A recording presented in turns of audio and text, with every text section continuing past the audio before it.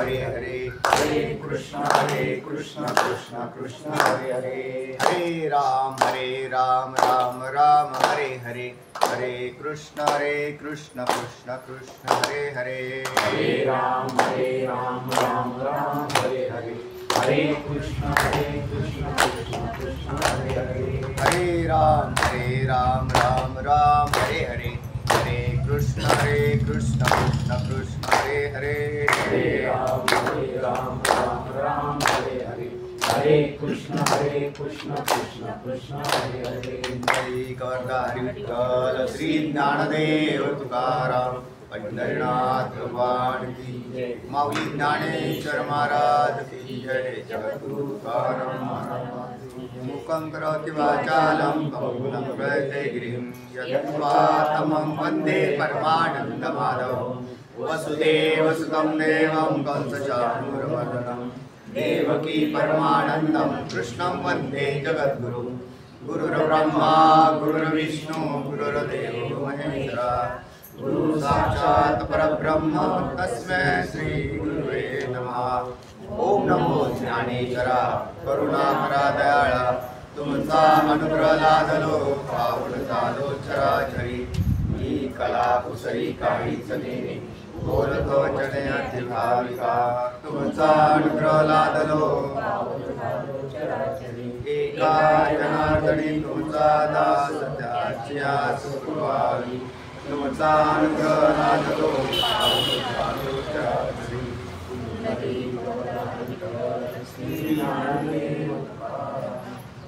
भगवान की जय, माऊली ज्ञानेश्वर महाराज की जय,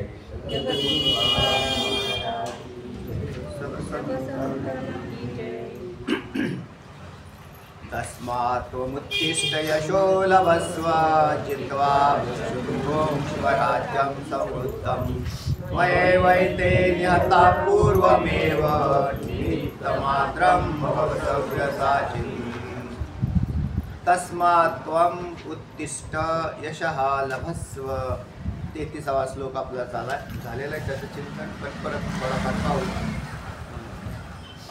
तस्मात् त्वम् उत्तिष्ठ यशः लभस्व जित्वा शत्रुं भुक्ष्वं राज्यं समृद्धं मया एव एते निहताः पूर्वम् एव निमित्तमात्रं भव सव्यसाचिन हे सव्यसाचिन म्हणजे अर्जुना जो डाव्या हाताने सुद्धा धनुर्बाण मारण्यामध्ये काय आहे अत्यंत प्रवीण आहे तर असा असणारा तो म्हणजे हा तुझ्या डाव्या हाताचा खेळ आहे हे संपूर्ण युद्ध म्हणजे उजव्या हाताचा खेळ नाही तर डाव्याच हाताने म्हणून त्याचं सव्यसाची हे नाव आहे तेव्हा सव्यसाची तेव्हा आता काय डाव्या हाताचा कसा राहिला तर तुला हे युद्ध खरं तर काही करायचंच नाही सगळं युद्ध संपल्यात जमा आहे सगळं युद्ध मी अगोदरच खेळलेलं आहे आणि नाहीतरी जगाचा नियंता त्याचं नियंत्रण करणारा हा जो आहे तर त्याच्याच हातामध्ये सगळं काही आहे आणि माऊली ज्ञानोबरांनी खाली वयामध्ये म्हटलं की हे कठपुतले आहेत सगळे जेवढे जीव दिसत आहेत हे त्याच्या हातातल्या बाहुल्या आहेत तो त्यांना नाचवतोय आणि त्या पद्धतीने तू काय कर आता काही नाही तस्मात् त्वम् उत्तिष्ठ तेव्हा तू आता उत्तिष्ठ उठ अर्जुना तू उठ आणि काय कर जित्वा जिंक त्या शत्रूवरती विजय संपादन कर आणि या समृद्ध राज्याचा भोग घे समृद्ध राज्याचा याचा अर्थ आपण पाहिले होते त्या दिवशी की समृद्ध राज्य ते असतं की जे शत्रुरहित राज्य आणि ज्या ठिकाणी असणारी संपदा ही विपुल प्रमाणावर असते त्या मदालसेमध्ये म्हटलेलं आहे विपुल राज्याचं राज्य समृद्ध राज्य कशाला म्हटलंय 18 वनस्पती फळे फुले ओळती 22 त्या पोखरणी नदी गंगा वाहती ज्या घरी कुल स्त्रिया राज्य राणी व संपत्ती हे सुख सांडोनिया तासया योग सेविती परे दे मदालसा सोहम जो जो रे बाळा. 18 वार वनस्पती फळे फुले ओळती 22 त्या पोखरणी नदी गंगा वाहते. नाहीतर ज्या राज्यात नद्या आटलेल्या आहेत ते काही समृद्ध राज्य आहे का तेव्हा? आणि ज्या ठिकाणी कुठल्याही प्रकारचा शत्रू नाही राहिला तर ते राज्य समृद्ध राज्य असतं. ज्या राज्यात साधू संत राहतात ते राज्य समृद्ध आहे. कुलस्त्रिया राहतात समृद्ध आहे. धर्माचरण केलं जातं समृद्ध आहे. म्हणून समृद्ध राज्यामध्ये हे पाहिजे. नाही तर भ्रष्टाचार होतोय, लोकांना मारतात, हे समृद्ध राज्य नाही. जिथं दुष्काळ आहे समृद्ध राज्य नाही. आणि शत्रू उदय पावलेले समृद्ध राज्य नाही. तर अशा राज्याचा तो भोग घे. तर याला धर्माचरण करायला अर्जुनाला शिकवलं. जोपर्यंत जीवन आहे तोपर्यंत धर्माचरण करावं, सगळ्यांनी करावं. आणि धर्माने राहिल्यावर सुखाची प्राप्ती होते. म्हणून धर्माचा विचार आहे.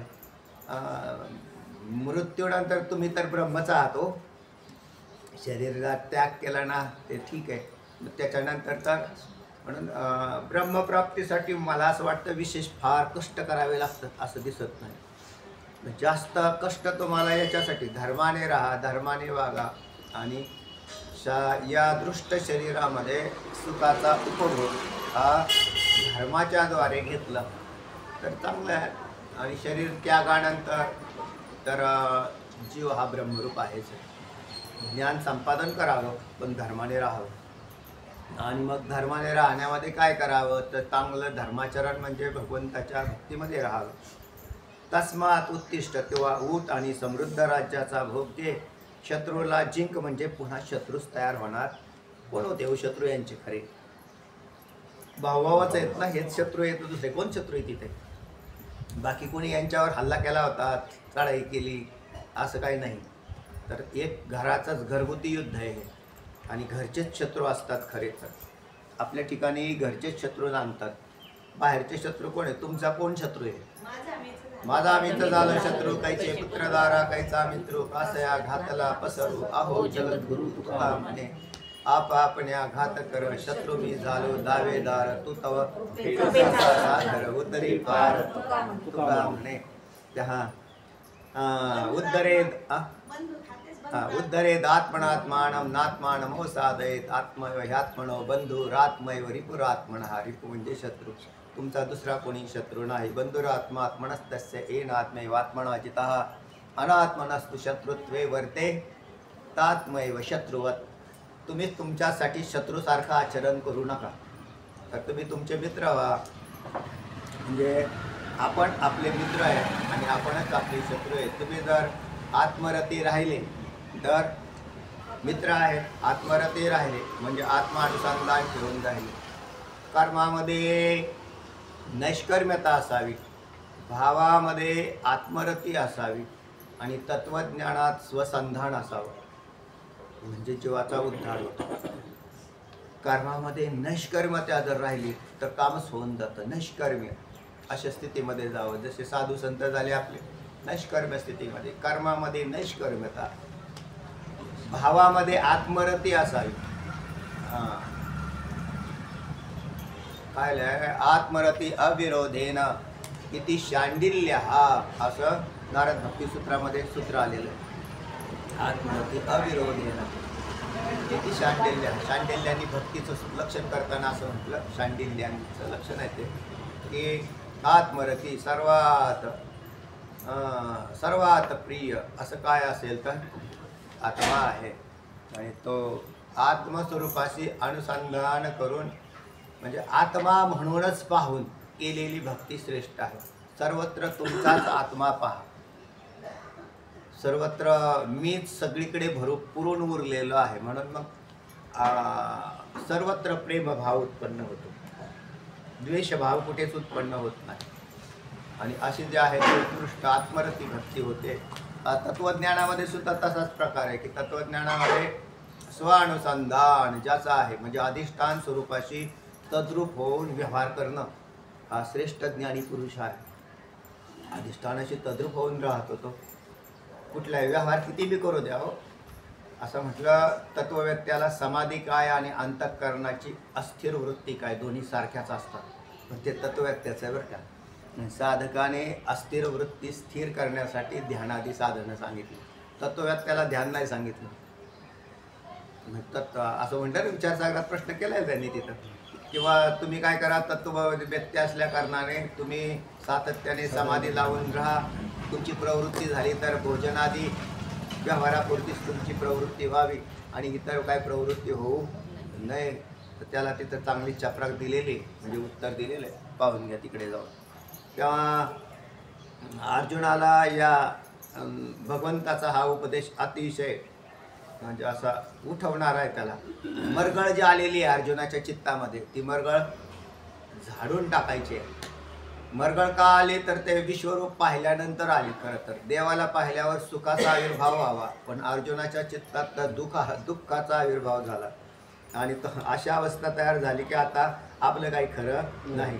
पण आता त्याच्यातून नंतर मागच्या श्लोकामध्ये जसा विषय आला होता की अर्जुना हे सगळं मी दाखवलं ना, हे तुझ्यासाठी नाही असं म्हटल्याबरोबर लगेच अर्जुन मोकळा झाला.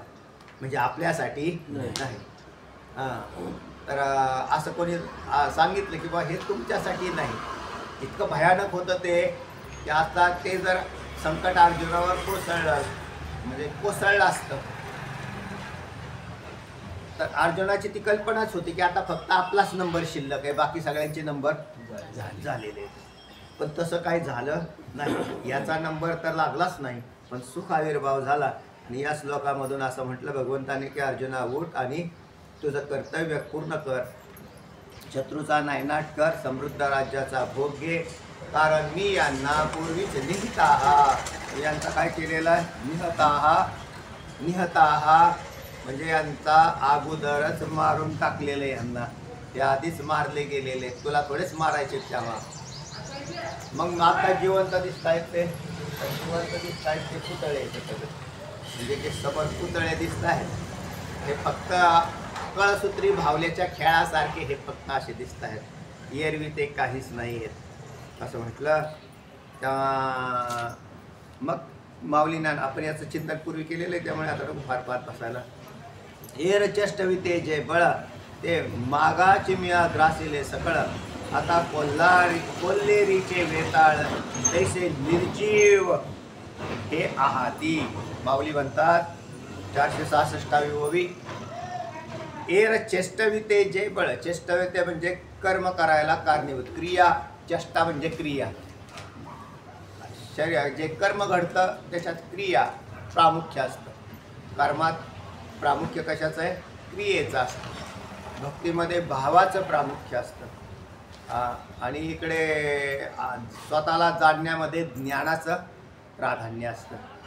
तसं एर चेष्टविते जे बळ, आता ज्या ज्या समोर रणांगणात कोण उभे आहेत, कौरव पांडव सैन्य, आणि त्यांच्यामध्ये असणारी ती शक्ती, शक्तीचं काय दाखवत आहेत. ओवी आहे 466. अध्याय बरोबर काढा, नाही तर दुसऱ्या अध्यायात पाहता. 11वा अध्याय. चला, तेव्हा आता हे जे चेष्टविते जे बळ क्रिया करायला कारणीभूत ठरतं. आपल्यामध्ये सुद्धा आता ग्रंथ उचलला, त्याला कारण कोण आहे, आत बळ आहे ना, म्हणून ती क्रिया घडली. उचलणे ही क्रिया आणि त्याला कारणीभूत शक्ती, आपण ज्याला शक्ती असं म्हणतो. वरून शक्ती दिसत नाही, पण ती व्यक्तीच्या आश्रयाने राहत असते. शक्तीला स्वतंत्र शक्ती नाही राहत, ती व्यक्तीच्या आश्रयाने राहते. आणि त्या व्यक्तीमध्ये असणारी, मग आता ते म्हटले तिथे काय करायचं, रणांगणावर तलवार चालवायची. तलवार चालवण्यासाठी काय लागेल, शक्ती लागेल. शक्ती कोण आहे, मी आहे असं म्हणतात. तू नाही आहे, देव शक्ती स्वरूप आहे आणि त्याने तुझ्यात संचार केला. त्यांनी शक्ती काढून घेतली की ह्याची तलवार गळाली समजायची. ते म्हणजे असं का होत आहे, तुम्हाला तलवार सुद्धा उचलणार नाही. तलवारीला कारणीभूत कोण आहे, म्हणून सगळ्या शक्तीचा दाता आश्रय कोण असेल तर एक भगवंत आहे. सगळ्यांच्या मध्ये आपल्यामध्ये सुद्धा दिलेली शक्ती तुमची आहे का, दाखवा सिद्ध करून. आजारी पडला की माणूस म्हणतो आता तर ना उठूशी सुद्धा वाटणार, आता चालता सुद्धा यायला. असं का झालं त्याला? म्हणजे शक्ती गेली त्याच्यात, शक्ती.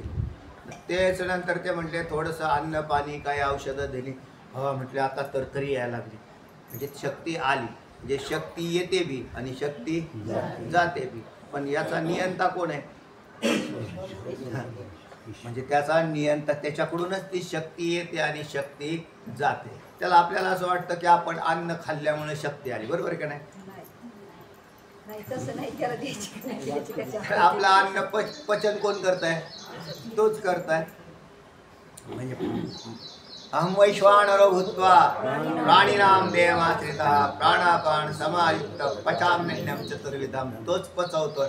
त्यांनी जरा ऑफ केलं, तिथलं बटन टाकायलाच विसरला पोटातलं भट्टीचं, तर ते पचन कसं काय होईल? पचन होणार नाही. शक्ती बी म्हणजे त्या अन्नात शक्ती आहे असं जर म्हटलं तर ते सुद्धा तसं जडच आहे ना. त्याच्यापासून तरी कशी काही शक्ती निर्माण होईल? नाहीतर स्वतंत्र शक्ती निर्माण करून शक्तीच पिलो असतो आपण. अन्न जाऊन द्या भरून द्या, तर असं बी नाही आहे. तर या सगळ्याचा नियंता कोण आहे? तोच आहे. त्याने हे जे जेवढे शरीर दिसत आहेत, या कोणी कळसूत्र्या भावल्या आहेत, आणि त्या भावल्यांना तो काय करतोय? स्वमायेचे आडवस्त्र लावणी एकला खेळवी सूत्र बाहेरी नटी छायाचित्र 84 लक्ष. म्हणजे बाहेरी नटी छायाचित्र हे युद्धामध्ये न दिसत आहेत, हे कोण येतं? छायाचित्र. कोण नटी? तोच. स्वमायेचे आडवस्त्र. ते आडवस्त्र लावलेलं आहे त्याने. आणि काय करतोय? दुसरे नाही कोणी. लावणी एकला खेळवी सूत्र. तो एकटाच खेळवतोय. पुढे ओळीच टाकलेली माऊलींनी भावल्यांची. आणि तो तिथे दिलाय. ईश्वर सर्वभूतानां वृद्धेश्वर्जुन तिष्ठती भ्रामयन् सर्वभूतानि यंत्रारूढानि मायया. की हा ईश्वर हा एकटाच सगळ्या जगाला काय करतोय? हालवतोय, चालवतोय. आता भावली हलती केव्हा? म्हणजे शक्ती आली तर. भावलीत शक्ती नाही, हलवणाराची शक्ती भावलीत उतरते. भावलीत शक्ती असली तर मग भावल्या चालायला पाहिजे. तशा आपली एवढी 84 लक्ष शरीर दिसत आहेत, या काय आहेत? भावल्या आहेत. भावल्या. कोण चालवत आहे? सूत्रधार. कोण सूत्रधार आहे? ईश्वर. ईश्वर सर्वभूतानां यंत्रारूढानि. एखादं जसं यंत्र चालतं त्याच्यामध्ये इलेक्ट्रिसिटी राहते का नाही? तुमच्या जर यंत्र म्हटलं यंत्र चालतंय, यंत्र नाही चालत. त्यात इलेक्ट्रिसिटी रूपी शक्ती काय झालेली? संचरित झाली. त्या शक्तीने क्रिया घडली. कोणती? हलण्याची, चालण्याची, त्या मशीन फिरण्याची. सगळे काय ॲटोमॅटिक निघाले. आता ते ॲटोमॅटिक माणसं सुद्धा आले, रोबोट आलेले. ॲटोमॅटिक कुत्रे मांजरं फिंजरं सगळी तयार होतील पुढे. ते ॲटोमॅटिक त्या स्त्रिया पुरुषसुद्धा रोबोटिक. त्यांनी त्याचं काम करायचं. ते बाकी आत खाली पाहिलं तर त्याच्यात मशीन आहे सारं. ते वरून दिसायला दिसतंय ते माणसासारखं, पण ते मनुष्य नाही. पण मग त्याच्यामधली शक्ती त्याच्यात यंत्रशक्तीचा प्रयोग केलेला. त्याला बी चार्जिंग करावं लागत असेल, नाही तर काहीतरी चार्जिंगच असेल त्याला. तर ते चार्जिंगच सुरू झाले जास्त. गाड्या चार्जिंग झाल्या, माणसं चार्जिंग घेते. पुढे पुढे माणसांना चार्जिंग करून घेतात. ते म्हणजे माणसं चार्जिंग केली की चालतायत बरे. आपलं चार्जिंग आहे वारीला जाणं. तर त्याच्यामध्ये जशा पद्धतीने ते यंत्रमानव सुद्धा तसंच काम करतोय. रोबोट म्हणजेच यंत्रमानव. त्याच्यामध्ये ही शक्ती संचार आहे. अख्खं विश्व शक्तीवरच चाललेलं. जर शक्ती नसेल, त्या शक्तींचा मुख्य स्रोत ईश्वर आहे. आता ह्या इलेक्ट्रिसिटीचा स्रोत कोण आहे? ईश्वर आहे. आपल्याला असं वाटेल मग हे पाण्यापासून तयार. समजा कोयनेची वीज तयार झाली, म्हणजे कशापासून झाली? पाण्यापासून. मग या इलेक्ट्रिसिटीचा स्रोत कोण आहे? पाणी. पण जड पाण्यात इलेक्ट्रिसिटी होईल कशी? म्हणून मुख्य स्रोत ते म्हणले. मग नाही, ते इलेक्ट्रिक ते फिरवलंय कोणी, तिथं कोण काम करतं म्हणजे मानव. म्हणजे समजा तुमचं कोयनाला जी यंत्रणा आहे इलेक्ट्रिसिटी तयार होणारी किंवा आणि अन्य कोळशावर तयार होणार, परळी वैजनाथला कोळशावर औष्णिक वीज केंद्र आहे. मग तिथं पण ते औष्णिक वीज केंद्र स्वावलंबी नाही, मनाने चाललेलं आहे. त्याला मानव चालवतो आणि मानवाला कोण चालवत आहे? ईश्वर चालवतो. म्हणून सगळ्या शक्तींचा स्रोत कोण आहे? ईश्वर आहे. तुम्ही त्या दिवशी म्हटले होते ना, वाऱ्याच्या ठिकाणी बी स्वतःची शक्ती आहे. मागच्या पाठात ते म्हणजे मग ते तर स्वतंत्र काम करतायत, स्वतंत्र आहे. सगळ्या शक्तींचा स्रोत कोण आहे? ईश्वर. हे तुम्हाला सिद्ध होतं. आपल्याला आपली नजर थोडीशी कमकुवत असेल तर मग आपल्याला तेवढे स्रोत दिसतात की असं असल्यामुळं असं आहे. जशी लोकांची जेवढी बुद्धिमत्ता आहे, व्यवहारामध्ये लोकही तेवढीच बुद्धिमत्ता ठेवतात. दवाखान्यात नेलं नाही म्हणून मेला. लोकांचा भावच असा असतो, ते उपचारच नाही मिळाले ना म्हणून गेला. हो, जवळ आलं होतं बरं का हॉस्पिटल, त्याच्या आधी डोकं प्राण सोडले त्यांनी. थोडंसं अजून थोडं राहिलं असतं ना तर जमलं असतं. असे लोकांचे डोके अशी कामं करतात. आणि त्या एखाद्या दवाखान्यात हॉस्पिटलला एखाद्या डॉक्टरमध्ये तिथं टाकलं, ते उशिरा आला, ते उशिरा आला, डॉक्टर उशिरा आल्यामुळे आमचं पेशंट गेलं. परवाची केस कुठली जिनाची ती बाई ॲडमिट करायची, आता तर गेली. डिलिव्हरीची केसमध्ये बाई आली होती ना, बरं मला नाही माहिती. ती ॲडमिट करून घेतलं नाही, ती बाई गेली. मग म्हणजे हे ॲडमिट नाही केलं म्हणून ती बाई गेली. तर अशा लोकांनी असे त्याला लावलेलं की ह्यांनी ॲडमिट नाही केलं, त्या बाईचं आयुष्य संपलं म्हणून ती ॲडमिट झाली नाही, असं नाही लावत ना. नाही तर लोक दुःखी नाही व्हायचे. आणि तुम्ही देवाला माना ना, हॉस्पिटलला काय मानू राहिले आणि डॉक्टरला काय मानू राहिले? डॉक्टर हे निमित्त कारण आहे. तुमचं जर आयुष्य शिल्लक असेल तर डॉक्टर तुमच्यावर उपचार करू शकतो. नाहीतर डॉक्टर म्हणजे डॉक्टरांच्या तरी काय हातात आहे? त्यांच्या काहीच नाही ना, ते बी कटपुतल्या भावल्या आहेत. आणि लोक मग लगेच डॉक्टरांचा आभार मानतात. ठीक आहे, काय अडचण नाही, समजा तुमचं काय प्रश्न असलं, चांगले उपचार केले, पण चांगले उपचार व्हावेत ती बुद्धी कोणाची आहे? हे पहा, 100% सगळा कार्यभाग ईश्वराकडे, 100%. तुमच्याकडे काहीच ठेवू नका. जसं इथं अर्जुनाला म्हटलं निमित्त मात्र, तू कोण आहेस? निमित्त मात्र आहेस. तुझ्या हातात काहीच नाही. आणि मग त्या पद्धतीने हे व्यवहार चालतात. आता ज्याचं जसं प्रारब्ध घटित आहे तसे व्यवहार त्याच्या प्रारब्धाने चालतात. तिथंही तो जीव निमित्त मात्रच असतो, कारण कर्माने बांधला गेलेला असतो. सगळ्या कर्मामध्ये तो बांधला गेलेला आहे, त्याला काहीच करता येत नाही. काय मोकळीकता काय? बरं, कर्म कोणी केले? यानेच केलं. आता त्याची फळं देणारा ईश्वर हा चेतन स्वरूप म्हणावं लागेल तुम्हाला, जड स्वरूप नाही येतो. म्हणून ते फळं येतात. इथं जीवाने सुद्धा काही नाही, स्वीकारावीत फक्त आणि गप्प बसावं. जसं कर्म चालेल कर्मगतीप्रमाणे चालत राहावं. पाण्याने उलटा प्रवाह करायचाच नाही, सरळ निघायचं खाली. चाललेलंच आहे. उगवला दिवस मावळतोच आहे, उगवतोय मावळतोय. ते म्हणले आपण काय करतोय? आपण काय नाही, आपण ज्याच्या सत्तेने दिवस उगवतो आणि मावळतो त्याचं स्मरण करा. सगळ्यात सोपं, ज्याच्या सत्तेने दिवस उगवतो. नाहीतर आजचा दिवस पाहिला असता का? कालच यद्गातो आणि वर्तन्ते, असं झालं असतं तर आजचा दिवस कशाचा होता? पण मग प्रत्येक दिवस हा त्याच्या सत्तेत उगवतो, त्याच्या सत्तेत मावळतो. अर्जुना, तू केवळ निमित्त मात्र आहे, तुझ्या हातात काहीच नाही.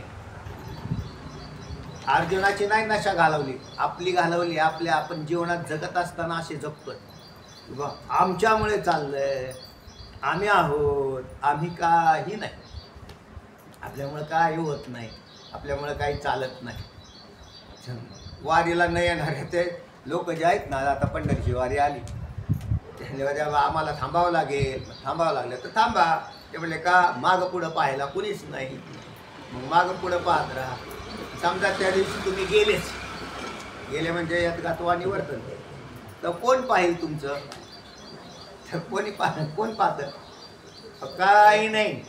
म्हणजे अत्यंत ज्यांचे जन्माला आल्या ना आया बी मेल्या तरी ती पोरं जिवंतच राहतात आणि शेवटपर्यंत त्यांचं सगळं चाललेलं असतं. कोण पाहतं?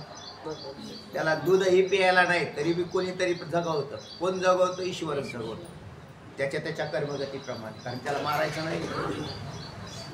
तर इतकं सगळं व्यवस्था आहे. म्हणून एकमेव आई धरा. कोणती? ईश्वर. ते आई धरा, बाप धरा, काका धरा, पुतण्या धरा, चुलता धरा.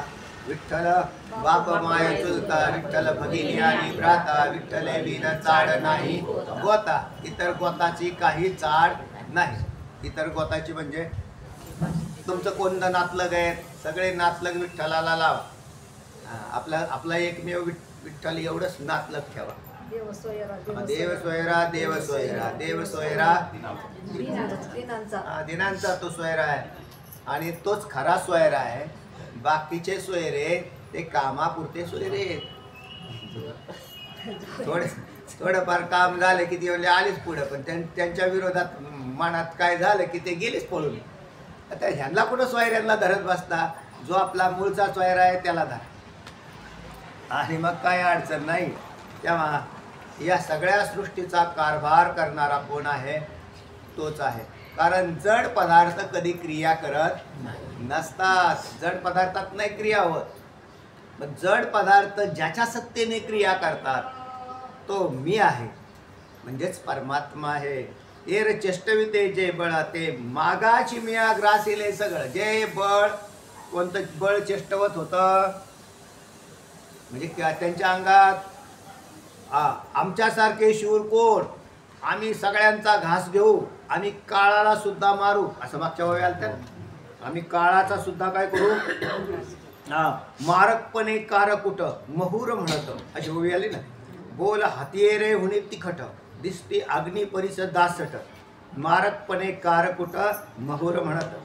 म्हणजे शास्त्रापेक्षाही तीक्ष्ण अशा स्वरूपाचं त्यांचे शब्द उमटत होते. कोणाचे? त्या युद्ध करणाऱ्या रणभूमीवरचे योद्धे बोलत होते. आणि त्यांच्या बोलण्यातच एवढा मारकपणा होता. पुढे काय काय करते ते म्हणले, काळालाच खातील, काळाची हकालपट्टी करतील. ठीक आहे, समजा काळाचा काळ कोण आहे हे तरी कळून घ्या. तुमच्यामध्ये जे बळ आहे ते बळ ज्याने दिलेले, ज्याच्या शक्तीने तुम्ही बोलताय की आमच्यासारखे आम्हीच काय काय म्हटले, म्हणती सृष्टीवर सृष्टी करू आणि वाहून मृत्यू ते मारू. कोणाला मारू? मृत्यूलाच मारू. कोणाच्या सत्तेने बोलताय? त्याच्या सत्तेने बोलतायत. त्याच्या सत्तेने एवढी चाललेली त्याच्या आतमधून चित्तातून. अरे पण त्याने जर काढून घेतली हवा तर तुझं काय राहील भाऊ? फुगला तो कशामुळं? हवेमुळं. हवा निघाल्याबरोबर तिच्या असा मरील होऊन पडला. मग किती उडत होता तो आकाशात. हायड्रोजनचे फुगे तर जास्त उडतात म्हणते. त्यात हायड्रोजन भरलेला असतो. हलका वायू कोणता आहे? हायड्रोजन. ते म्हणून तो आकाशात त्याचे ते करतात. आता त्याच्यापासून ते असे सोडले की किती आकाशात तेवढे वा फुगे किती गेले उंच, हायड्रोजनमुळे गेले. हायड्रोजन कुठे? हायड्रोजन म्हणजे कोण? तिकडचा देव, परमात्मा, भगवंत. खरे तर तुम्हीच ते आहात, पण तुम्ही आवृत्त हायड्रोजन आहात. मुक्त हायड्रोजन नाही. जसा तो कसा आहे? मुक्त. एकदम मुक्त, काही नाही. आपण तुम्ही ते देवच आहात, पण आपल्या जोपर्यंत आवरण आहे तोपर्यंत त्याला ते कळत नाही. पण मानवी शरीरातलं पहिलं कर्तव्य आवरण नाश करणं. आवरणाचा नाश झाला, स्वरूपावरचं अज्ञान आवरण गेलं, मुक्त झाले आणि तुम्हाला देव कळाला. आणि जर तसं नाहीच केलं, अज्ञानात राहिले आणि दुःख भोगत बसले युगानुयुग. म्हणजे सत्कर्म करतो चांगली गोष्ट आहे, चांगलं वागतो, धर्माचरण करतो चांगली गोष्ट आहे, पण अज्ञान घालवत नाही ही वाईट गोष्ट आहे. सगळ्यात वाईट गोष्ट कोणती आहे? अज्ञान घालवत नाही ही वाईट. म्हणून परमार्थ करणाऱ्यांच्या बाबतीत हा एक मोठा दोष आहे. ते ज्या ठिकाणी चिकटून बसले तिथं चिकट. पहिली वळण लागलेलं असताना इंद्रियांना त्यांना वाटतं की बा एवढाच परमार्थाचा घेरा आहे आणि त्याच्यामध्ये ते फिरत राहिले. त्या फिरण्यामुळे काय झाले, त्याची दृष्टी पूर्ण विकसितच नाही झालं. एका विशिष्ट जसा एखाद्या डबक्यात राहणारं बेडू हे त्या डबक्यात थिल्लरा ते म्हणे सागर, जे डबक आहे त्यालाच तो काय म्हणताय सागर म्हणतो. ती अवस्था पारमार्थिक लोकांची, ते पुढे विकसित नाही होत. सकाळी उठतात, देवपूजा करतात, स्नान करतात, आमकं करतात, फलांना, ठीक आहे, चांगली गोष्ट आहे. पण तुम्ही त्याच्यापेक्षा मर्यादा कक्षा तोडल्या का नाही? कारण कक्षा तोडणारं असं काहीतरी चिंतन श्रवण समोर यायला पाहिजे, तरच तो त्या तोडू शकतो, नाहीतर नाही. म्हणून व्यापक बुद्धी तयार करण्याचा विचार आहे. अर्जुनाची तर केली बुवा. अर्जुनाला याच्यातून काय सिद्ध केलं देवाने? मी सगळ्यांचा करता करविता आहे, तुला बाकी काही पाहायचं नाही. म्हणून तू काही पाहू नको. कारण आता कोल्हेरीचे वेताळ तैसे निर्जीव हे आहाती. कोल्हेरीचे म्हणजे कुंभाराने केलेले. कोल्हेरीचे वेताळ ही काळ देवता आहे. पूर्वी खेड्यात राहणाऱ्या माणसांना वेताळ माहिती आहे. आमच्या गावामध्ये वेताळाचं आळं होतं, ते आहे ना, आमच्या परडेच्या पाठीमागच्या साईडलाच होतं. आणि तिथं अशी लिंबाची भरपूर 5-6 चांगली झाडं होती, सावली, आणि पूर्ण भूता, आणि त्या भूतावळीमध्ये वेताळ. कारण भूते वेताळ नाचत, हर्षयुक्त माहिती तुम्हाला. असं एक वेताळाचं आळं होतं. म्हणजे तिथं साईडने आम्ही त्याच्यावर जाऊन बसायचो. त्याच्यावर आम्हाला वाटलं ती दगडी मांडलेली इथं, पण आम्हाला काय माहिती हे भूत आहेत खाली. त्याच्यावर जाऊन बसायचो. म्हणजे मी माझं वैयक्तिक सांगतो. आणि एक असे मोठा या वृंदावनाच्या, तुळशी वृंदावनाच्या आकाराचे एक मोठ्या दगडाची असा, पण त्याच्यावरती शेंदूर लावलेला. कुठे घर बांधले, वेताळाचं गाळं काढूनच घर बांधलं. आणि वेताळ कुठे गेले मग? वेताळ जास्त ताण नाही देऊ. बनकर मावशींच्या तिथं ना ती वेताळ आहे. बरं, मला नाही माहिती. पण आमच्या गावाकडे असं मग ते असं गोल राऊंड, आणि त्याच्यात गोल राऊंड म्हणजे कोण? भूत. तुमच्या गावात आहे का नाही? आता आहे ना. आणि मग त्याच्यात, आणि मग तिथं त्या म्हणते मी तिथं जाऊन अभ्यास करत बसायचो, कारण सावलीला चांगली होती लिंबाची. आणि म्हणजे या तळाच्या तिच्यात कशाला जाऊन बसला? मोठी माणसं म्हणते या तळाच्यात जाऊन बसला. आता आपल्याला काय, आपणच खरी या तळ असल्या का? त्या या तळाचा प्रभाव काय पडला ते म्हणजेच वेताळाला काळ देवता ठरव. कारण ती भूतांना काय करते, ती नियंत्रणात ठेवते. आणि त्यांचा मुख्य बॉस कोण? वेताळ. पण कशाचा केला? कुंभाराने. कुंभाराने वेताळ बनवले, मूर्त्या बनवल्या. आणि वेताळ किती बी रागीट, उग्रट, भयानक मूर्ती बनवली, काय फरक पडेल? त्याच्यात भयानकता आहे का? रागीटता आहे का? किंवा वेताळ म्हटलं तर शूरता आहे का? हे कुठलेच भाग दिसत नाही. चित्राची होय माती. त्याचं काय होणार आहे? तेव्हा माऊलीने दृष्टांत दिला कोल्हारीचे वेताळ. तसे हे युद्धात उभे राहिलेले वेताळ कोणते? सैन्य. आम्ही महायुद्धे, आम्ही योद्धे, म्हणजे रथी, महारथी. तर असे नुसते उभे राहिले हे कोल्हारीचे वेताळ. तैसे निर्जीव आहाती. अर्जुना हे जेवढे दिसत आहेत ते काय आहेत? निर्जीव आहेत. निर्जीव, त्यांच्यात जीव नाही. जीव कसं काय? जीव म्हणजे शक्ती सगळी काढून टाकली. तेव्हा म्या ग्रासीले सकळ, या सगळ्यांना मी काय केलेलं आहे? घास घेतलेला आहे. तू काळजी करू नको. हालविती दोरी तुटली. कशाची दोरी तुटली? तरी ती एक खांबावरील भावली. भलतेने लोटली, उलथोनी पडली. काय तुटली तिची? पहिल्यांदा हालविती दोरी तुटली, तरी ती एक खांबावरील भावली. खांबावरील भावली ती एक हालविती दोरी तुटली. ज्यांनी त्या कळसूत्री बाहुल्यांचा खेळ पाहिलेला आहे, जत्रेमध्ये यायचा पाहिला. म्हणजे असा पडदा लावायचा, लावलेला असायचा आणि पुढून त्या बाहुल्या राहायच्या अशा. त्यांचा त्या अंधारात काय दिसायचा नाही, त्याचा दोरा नाही दिसायचा. म्हणजे अत्यंत पातळ अशा प्रकारचा त्याचा तो केस कसा वापरलेला होता त्यांनी तो. आणि मागूनही तो सगळ्या कळसूत्री भावल्यांचा सगळा खेळ कशावर अवलंबून होता, त्याच्या त्या माणसाच्या त्या हातावर. तरी तिथून जो असा हात पडद्याच्या मागून टाकलेला आणि बरं प्रकाश असा टाकलेला असायच्यामुळं त्याचा हात दिसत नव्हता. मग त्या भावल्या पुढून दिसायच्या आणि त्याच्यावरून त्या अशा नाचायच्या, पाय भावली.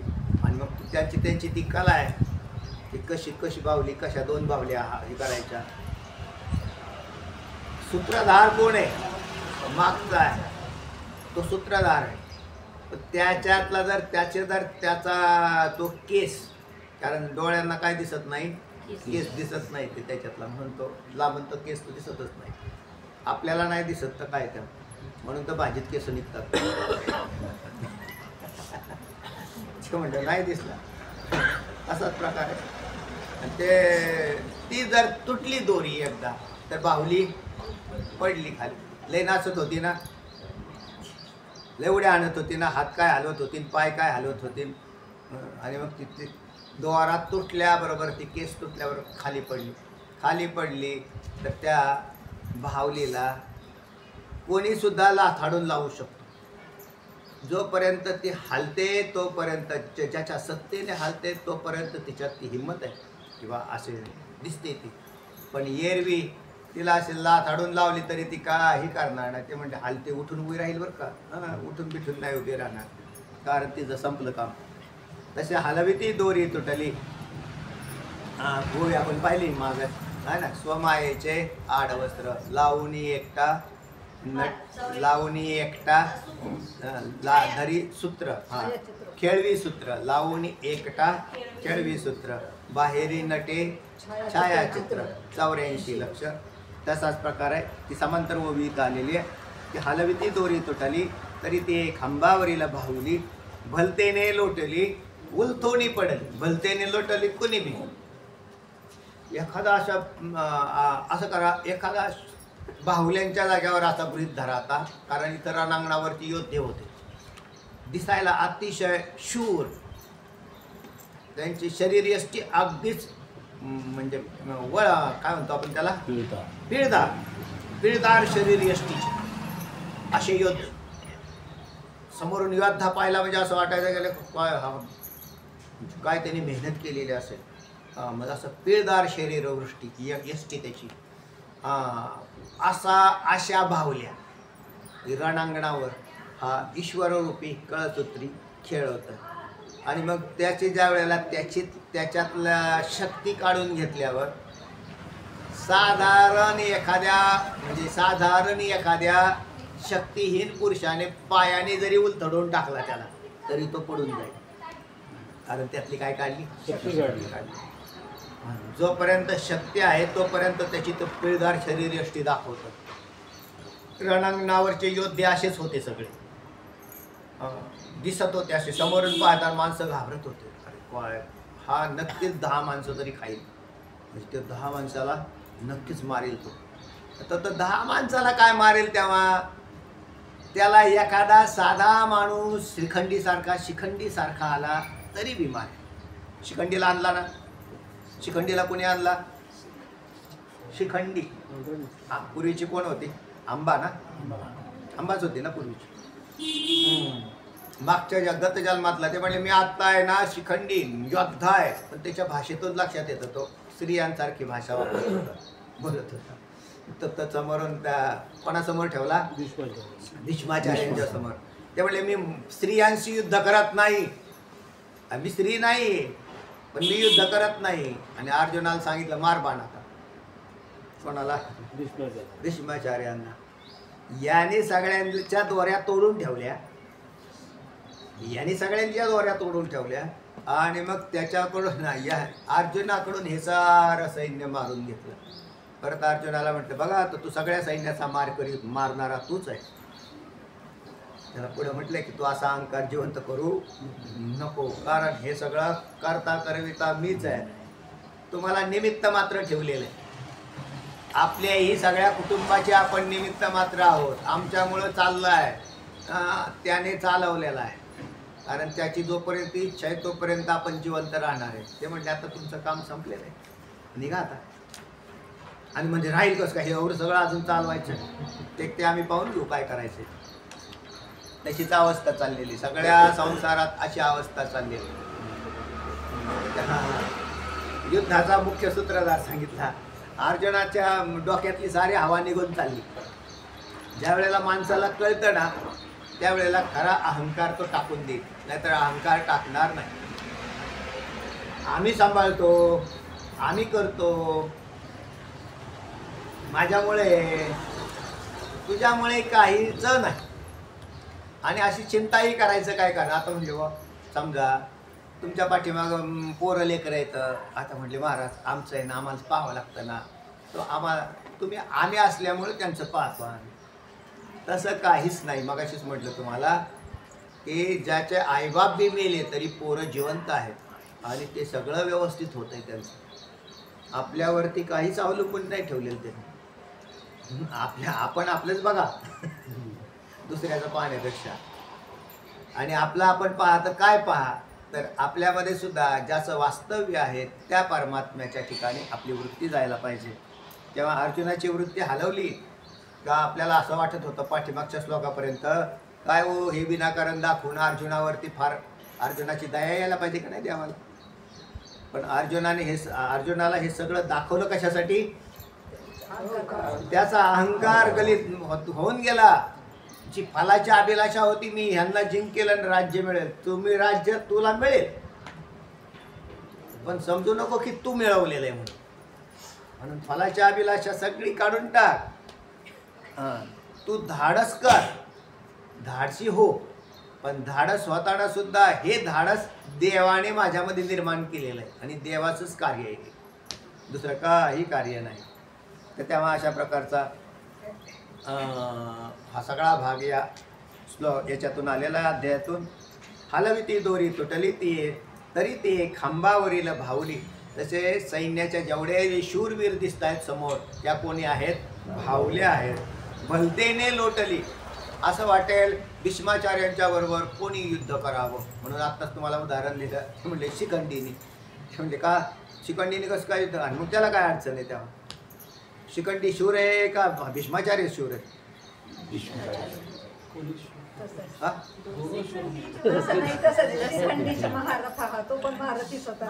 त्याच्यात सुद्धा त्यांनीच टाकलेलं आहे, पण समोरून आता दिसतंय त्यात कोणत्या भावल्या शूर आहेत? भावल्यामधून भीष्माचार्य शूर दिसत आहेत, पण ते शिखंडीने पराभूत केले असे तुम्हाला सगळीकडे दिसतील. किंवा एवढे मोठे शूर योद्धे दिसत आहेत, पण देवाच्या मनात आल्यावर तो हसते पर हसते, कोणाच्याही हाताने त्याचं काम करून देतो. आणि त्याला ते मारलेले दिसत आहेत. 100 पुत्र मेले कौरव, 100 मेले मारले गेले. ह्या 5 मध्ये धक्काही लागला नाही कोणाला. याचं कारण फक्त त्याची शक्ती काम करत होती. नाहीतर ते 100 शूर नव्हते का, शूरच होते ते. फार फार मोठा युद्ध होते. आता दुर्योधन सुद्धा फार शूर होता. म्हणजे इतका अगदी त्याच्या आईने त्याला वज्रदेही करून सुद्धा वाचला नाही. त्याच्या आईने त्याला वज्रदेही केला. वज्रदेही केला तरी कोणत्या कोणत्या जागा रिकाम्या ठेवायच्या त्याला बरोबर माहिती. त्याने बरोबर काम केलं त्याचं. बरं, याला सगळं माहिती आहे ना, बाकीच्यांना माहिती आहे का? भीमाला माहीत होतं का हे? भीमाला नाही. त्याने ज्या वेळेला भगवंतानी खून केली, भीमा म्हणजे त्याने जर गदा टाकली भीमाने, काय 10,000 हत्तीचं बळ होतं त्याच्यात, भीमावर. आणि त्याने जर अशी गदा त्या दुर्योधनाच्या डोक्यावर टाकली तर दुर्योधन मातीत जात होता. कशात? खाली गेला, खालून वरती उडी मारायचा. काय युद्ध आहे? त्याने जर हाणलं एक तर भीम तिकडे जाऊन पडायचा लांब. म्हणजे भीम सुद्धा दुर्योधनाने हाणल्यावर गदा युद्ध चालू होतं ना त्यांचं शेवट, आणि मग असं जाऊन पडायचा. आणि मग त्यावेळेला म्हणजे भीम पराभूत होण्याच्या लेवलला आला. त्यावेळेला त्याला खून केली मांडीची. आणि प्रतिज्ञा काय आहे तुझी? तुझी प्रतिज्ञा मांडी फोडून टाकील. आणि मग त्यावेळेला त्याच्या लक्षात तेवढाच भाग कच्चा ठेवला होता देवाने त्यावेळेला तिथं का आता म्हणले हे काय. मग तो अश्वत्थामाला राग त्याच्याचमुळं आला की अरे गदा कुठेही नसती मारायची आणि तू गदा युद्ध करणारा थोर योद्धा आहेस ना, त्याला का मारलं तसं. अश्वत्थामाला राग यायचं कारण ते होतं. म्हणून त्याने कुठं मारून गदा मारून त्याचा नाश केलाय, मांडीवर गदा मारून नाश केलेला. पण या सगळ्यांचा नियंता आणि सूत्रधार तोच होता, त्यानेच दिशा दिलेली. कारण शेवटला हे धर्मयुद्ध राहणार नाही तर अधर्माने सगळे योद्धे एकमेकाला मारतील. हे पाठीमागून सुरू केलं ते बी कोणी केलं, त्याचाही सहकारी ह्यानेच घेतलेले. म्हणून कौरवांनी अधर्माला सुरुवात करून दिली, हे देवाच्या पथ्यावर पडली. कारण त्याला यांना मारायचं म्हटल्यावर धर्माने मारायला फार कठीण होतं. अधर्माचाच वापर करून तेच शस्त्र वापरलं गेलं. अधर्म हेच शस्त्र वापरलं गेलं आणि दुर्योधनासारखे रणी नासले है ना. कौरव महापंथा गेले, पांडव महापंथा गेले है ना, दुर्योधनादी रणी नासले.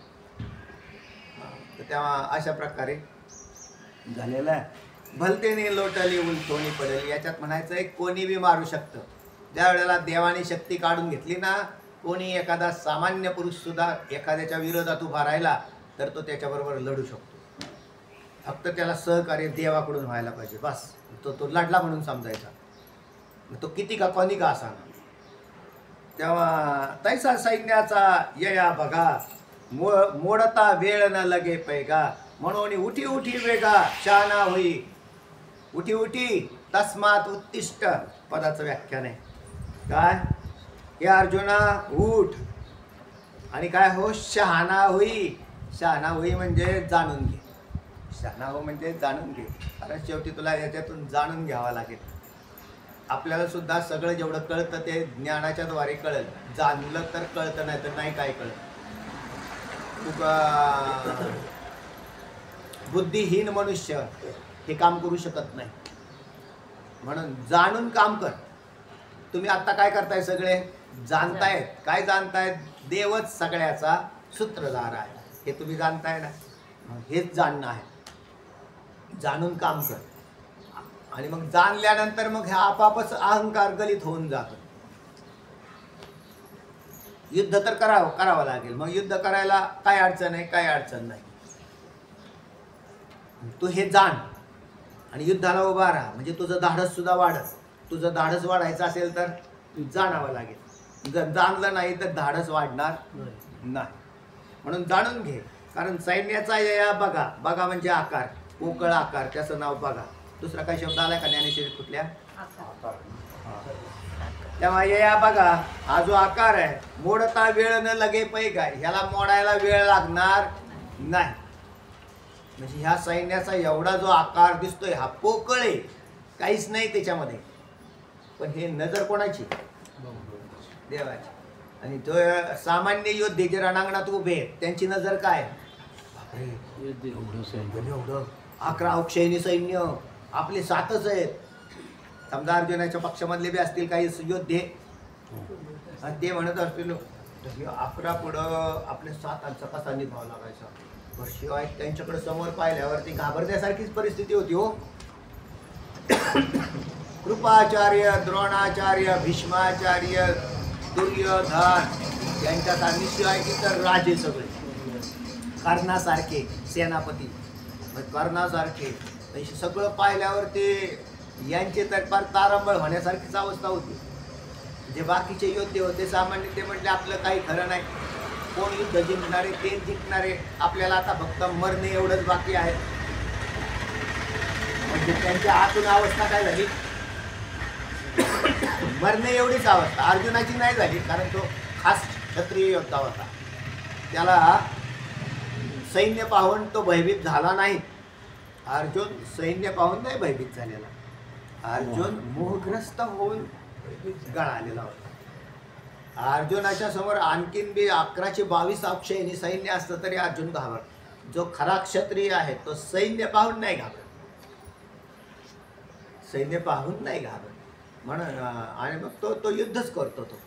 म्हणून तर कितीही मोठं प्रचंड सैन्य एकटा माणूस मारू शकतो. तर एकटा का मारेल? जोपर्यंत प्राण आहे तोपर्यंत भीती नाही, तोपर्यंत लढू. हां आहे ना आपल्या इतिहासामधल्या खिंड लढ, खिंड लढवली बाजीप्रभू. जोपर्यंत प्राण आहे तोपर्यंत आम्ही लढू. पण असे लढू म्हणत एकदा जर योद्धा पेटला तर त्याला कोणीच अडवू शकत नाही. तो आता मग तो पूर्ण अगदी तयारी करूनच पुढे जाईल आणि मरण्याचा हातावर प्राण घेऊन युद्धात उतरलेले असतात. असं नाही किंवा पत्नीला विचारून येतो, घरी जाऊन विचारतो पोरा लेकरांचं, असंही काय युद्ध असा नसतो. आणि मग तो म्हणूनच तो लढतो. विजय पदरात खास कोणामुळे पडतो? ज्यांचे धैर्य उत्तुंग असतात हे विजय पदरात पाडून देतात. ज्यांच्यात धैर्य नाही ते लोक विजय कधी संपादन करत नाही.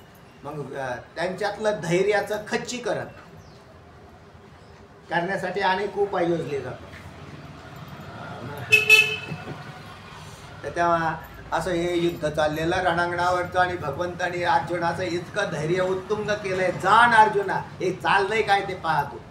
सगळं सैन्य गेलं का नाही आधीच विश्वरूपाच्या मुखात, काय राहिले तुला मारायला? जाणून घे ना, मी मारलेलं आहे का नाही सगळं. आता तुला काय कळसूत्री भावलीसारखं तुझा काम केलेलं आहे, तुला ठेवलेलं आहे मी व्यवस्थित.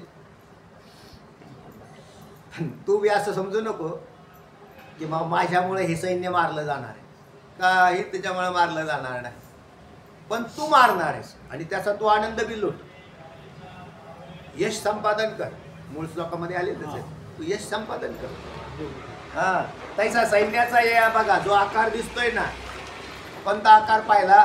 शूरतेचा आकार, व्यापकतेचा आकार, भयानकतेचा आकार, क्रूरतेचा आकार. हे शरीराच्या आतले आकार सांगितले तुम्हाला.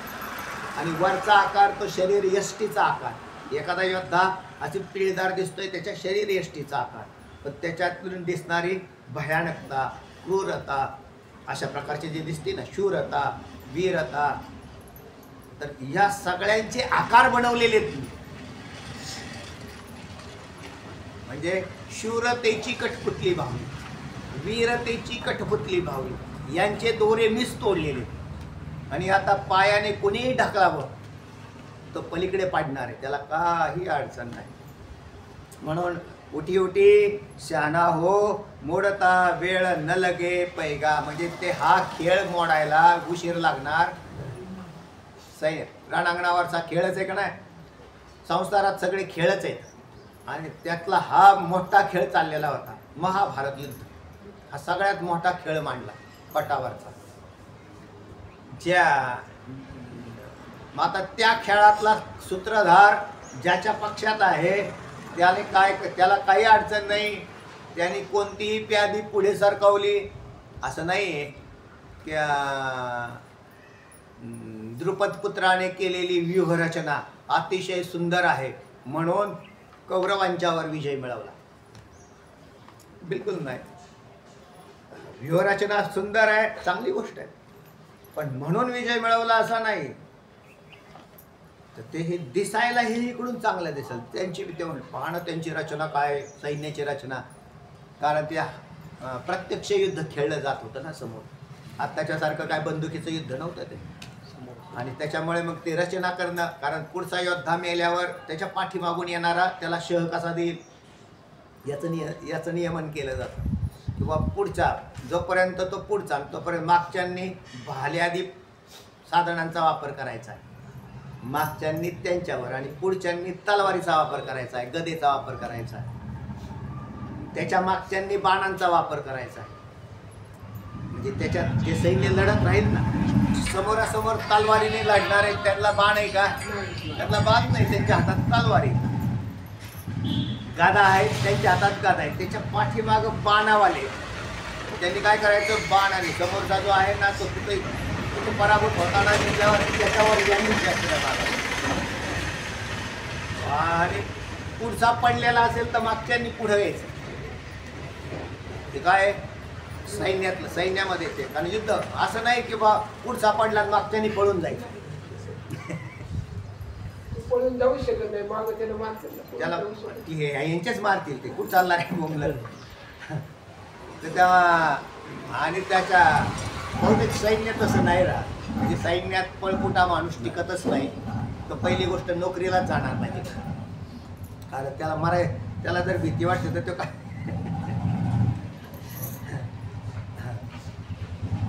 काल त्याला परवाच्याला एक जण व्यक्ती, नाव नाही सांगत तुम्हाला माहिती, त्या ते वरती डोंगरावर भेटले.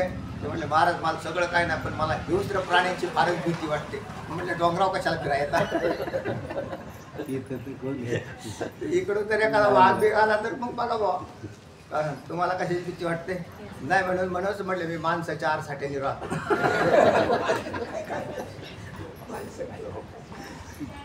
म्हणजे ते म्हटले मी माणसं, मला बाकी नाही काय राहत. म्हणले पण मला ना ह्या प्राण्याची लय भीती वाटते. कारण ते कुठल्या हिंस्र प्राणी म्हणजे इथं आपल्याकडे काही हिंस्र प्राणी वगैरे काही नाही. इथे आपल्याला भेटले तर कोकड आहेत. म्हणजे आपल्या डोंगरावर कोकड नावाचं प्राणी पाहिला. कोकडं मांजरापेक्षा उंच आणि कुत्र्यापेक्षा लहान. इथं डोंगरात आहेत कोकडे. ते खोक खोक खोक खोक आवाज करते, चालतं. ते आहेत कोकडं आहेत. ते काय त्रास देत नाही. ते आपल्या समोरून पळतात. असे जाडशे फुट राहतात, त्याच भेटतात ते घाबरून. आणि दुसरे प्राणी तर काय नाही, हरणं आहेत तेवढे, दुसरं काही कोणी नाही. आणि येत असतील तर जात असतील. तशी मध्ये वाघ असते ना, ते काय थांबत निघून जाऊ. चला, तेव्हा तुम्हाला घाबरण्याचं काही कारण नाही. देव जर पाठीराखा असेल तर घाबरायचं कारणच नाही. म्हणून पाठीराखा कोणाला करा? देवाला करा. देव संत हे पाठीराखे आहेत आणि त्यांच्यावर आपण उभारणी ठेवावी आणि आपलं जीवन जसं होईल तसं चालत राहा. ज्या दिवशी संपेल त्या दिवशी संपेल. जोपर्यंत संपणार नाही तोपर्यंत धैर्य कशाला खाली करता तुम्ही? धैर्य घालू नका. धैर्याने जीवन जगावं आणि बळकट असावं. चित्तामध्ये चित्तवृत्ती अधिक बळकट धारण करावी. चालू जीवनामध्ये सुद्धा तुम्हाला काही कोणी ताण देत नाही. आणि तुम्हाला त्रास द्यायची कोणाची हिंमत आहे? कोणाची हिंमत आहे? कोणाचीच नाही. तुम्ही उन्हाळी घाबरतात म्हणून घोटाळा आहे. नाही तर तुम्हाला कोणीच त्रास देत नाही. कोण त्रास देणार आहे आपल्याला?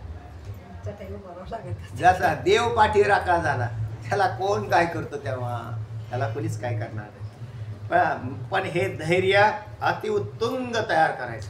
परमार्थ करणारे दुबळे नाही राहिले पाहिजे. आणि आता काय करून आता रडायला लागला न्याबलाटासारखा, हे काय कारण आहे? तर तो शूर असला पाहिजे. काय म्हटले?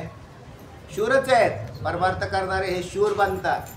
व्यावहारिक लोकांच्या पेक्षा बी शूर बनतात, अधिक शूर बनतात. म्हणून परमार्थ करणारा अतिशूर मनुष्य आहे. तो काळावर चाल करून चालला.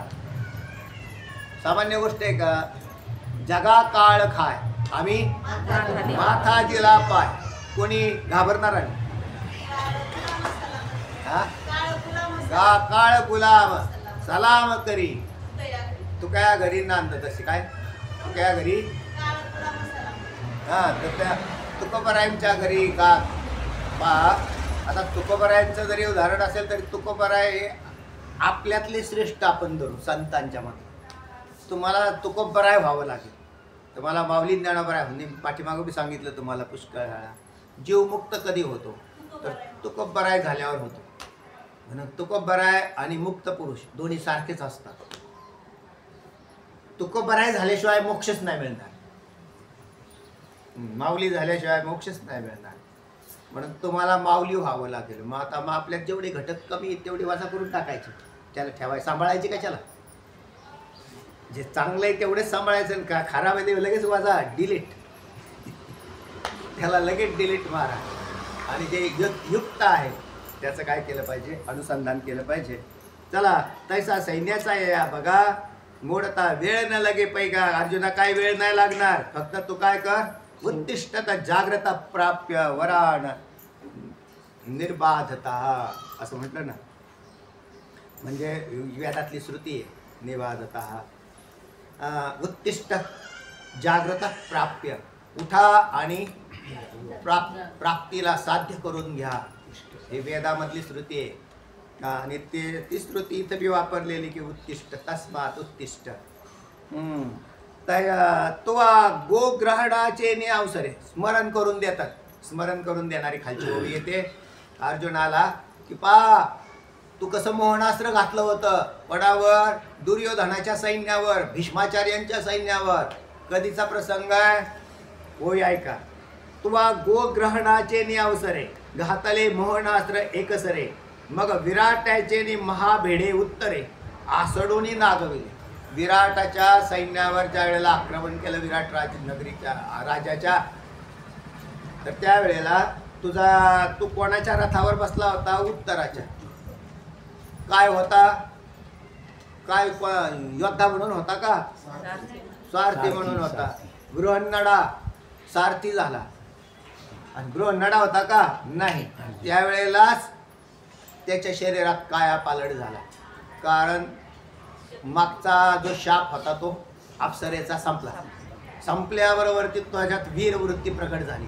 प्रकट झाल्याबरोबर ते आता ते एवढं विराट राजाचा जो मुलगा उत्तर, कारण विराट राजा दुसऱ्या ठिकाणी लढाईला गेला होता. दोन बाजूने आक्रमण झाले होतं. ज्या वेळेला हा समोरून पाहिलं सैन्य त्यावेळेला याची तर फार अवघड अवस्था झाली. त्या म्हणायचा ए बृहन्नडे चल माग आपलं, चल माग आपलं. कोण? उत्तर राजा. ते म्हणलं मागं नसतो, पुढं जायचं असतं. योद्ध्याने नेहमी पुढे चालायचं असतं. शत्रूला पाठत नाही दाखवायचं. आणि मग पण रथ मग हा रथातून उडी टाकली हिने. कारण हे काय ऐका ना आपली. कोण? अर्जुन म्हणजे बृहन्नडाच्या वेशातला असतात. त्या काय ऐका ना. मग त्याने तिथून उडी टाकली ना. याने अर्जुनाने उलटा गेला पळत. पळत गेला म्हणजे पाठ दाखवून नाही गेला. उलट्या पळण्याचं सुद्धा शिक्षण. जसं डाव्या हाताने लाडण्याचं तसं उलटा पळण्याचं. म्हणजे उलट्या पावलं टाकत त्याला जाऊन पकडलं. पुन्हा धरला आणि रथात आणून टाकला. तुला लढायचं नसतं तर मी लढतो. आणि मग त्या सैन्य नसतं हे सगळं पाहत होते ते भीष्माचार्य वगैरे. त्यांना ते कळालं की हा साधारण योद्धा नाही दिसत, हा याचा वेश दिसतोय वेगळा. आणि मग ज्या वेळेला शस्त्र चालवायला सुरुवात केली तेव्हा कर्ण भीष्माचार्य सगळ्यांच्या गाठोळे बांधले हे नाही बांधलं, ह्यांना बांधून टाकलं होतं ते. आणि मग विजय कोणाचा? उत्तराचा. उत्तर राजा की जय. ते म्हणजे हे करेल का? तर उत्तराचा नाही विजय तो, कारण याचाच विजय. तसा इथला बी विजय कोणाचा आहे? देवाचाच विजय. अर्जुनाचा विजय नाहीये. परंतु अर्जुनाच्या नावावर टाकता येण्यासारखा आहे. तो गोग्रहणाचे वेळे. गो म्हणजे गायी. ग्रहणाचे वेळे म्हणजे गायी चोरल्या. ग्रहण केलं कोणी? कौरवांनी. आणि मग त्यांच्या त्या विराट नगरीतल्या विराट राजाच्या गायी, त्या गायींच्या निमित्ताने ग्रहणाचे वेळ घ्यायला आले. त्यावेळेस म्हणजे विराटाच्या गायी हरण केल्या त्याच्या निमित्ताने शोध काढायला आलेले कौरव. त्याचं नाव आहे मत्स्यपुरात. विराट नगरीचं नाव काय? मत्स्यपूर. त्या मत्स्यपुरात आले तेव्हा गायी हरण करताना या अर्जुनाने सगळ्यांच्यावर मोहनास्त्र टाकल्यासारखं झालं आणि सगळ्यांना पराभूत केलं. जे अजिंक्य योद्धे ते पराभूत होऊन गेले. त्यांना सगळ्यांना बांधून टाकलं गेलं. तर तेव्हा आणि मग त्यांना नगरीमध्ये आणलं. तेव्हा विराटाच्या आतिभित्र्या विराटेचे महाभेडे उत्तरे. उत्तरे म्हणजे उत्तर राजा म्हणजे मुलगा. महाभेडे म्हणजे भयंकर भित्रा. वास्तव राजपुत्र भित्रा नाही पाहिजे, पण हा भित्राच होता. काय असेल ते. पण नंतर परत युद्धात आलता बरं का. हा परत युद्धात कौरव पांडवांच्या युद्धात उतरलेला होता. एकलेने अर्जुने काय केलेलं नाही. खालची वेळी झाली आसडोने नागविले. म्हणजे सगळ्यांना अगदी काय केलं होतं, सगळ्यांच्यावर विजय प्राप्त करून घेतला. तेव्हा माऊली ज्ञानोबराय म्हणतायत की त्यावेळेला अर्जुना तुला स्मृती आहे का तुझी की तू काय आहेस? अत्यंत शूर आहेस, साधारण योद्धा नाहीस तू. तर अशी स्मृती करून देतात राहिलेली. कोई नंतर पाहू कुंडली वरदारी विठ्ठल श्री ज्ञानदेव पंढरीनाथ भगवान की जय।